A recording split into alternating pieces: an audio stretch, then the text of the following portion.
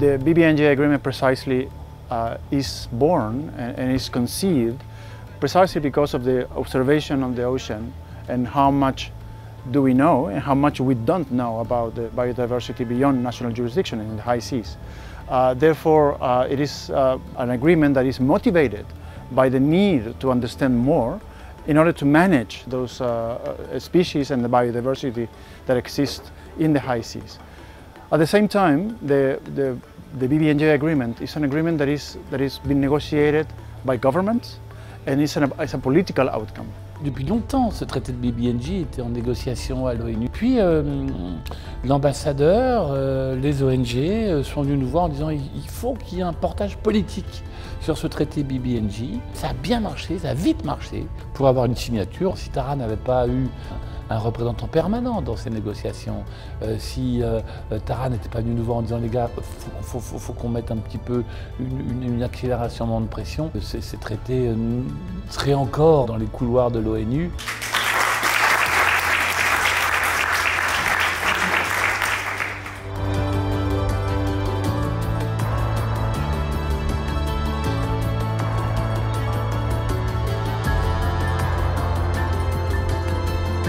La fondation Tara Océan, on a très vite identifié en fait le besoin de dialogue que certains décideurs et certains négociateurs avaient auprès des scientifiques, parce qu'on parlait essentiellement d'accès des campagnes scientifiques à la haute mer, de repartage des ressources qui peuvent être générées à partir des ressources marines génétiques principalement, qui vont être prélevées et étudiées en haute mer, et puis ensuite de redistribution des ressources. Donc là, ce qu'on a fait, c'est 2 jours de workshop, de sessions de travail, où scientifiques et décideurs ont pu poser leurs questions respectives sur très concrètement comment, en appliquant ce texte, ça va se mettre en œuvre, quels sont les problèmes, quelles sont potentiellement les bonnes pratiques qu'on a déjà aujourd'hui dans certaines institutions et qui peuvent nous orienter sur comment le traité va se mettre en œuvre. So we have a computer, we put a computer here, and thanks to the electric cable, we can access to the data that the instruments are giving us in real time. I think the workshop was very successful, this one like many others that we've had before, because we've really improved on the dialogue between scientists and policymakers and legislators. In fact, I'm hearing some of my legal colleagues, when they talk, I'm thinking, okay, this person sounds like a scientist.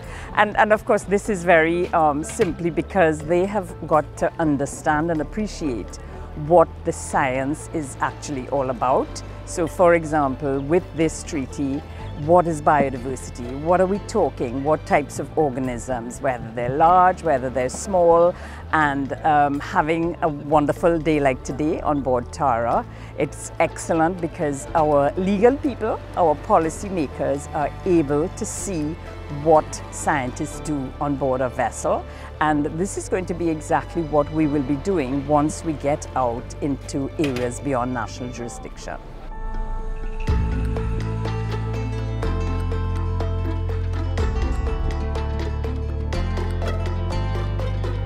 Well, for Chile, ratifying the BBNJ agreement was a high priority. It was a high priority for the government, for the president, and in general for all of the system in Chile that makes decisions. Politicians, parliamentarians, civil society, everybody was around this objective. So it was a very quick discussion.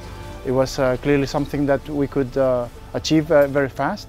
And I hope everybody every other country will also manage the time and the procedures as fast as possible in order to join us in the group of countries that have already ratified it.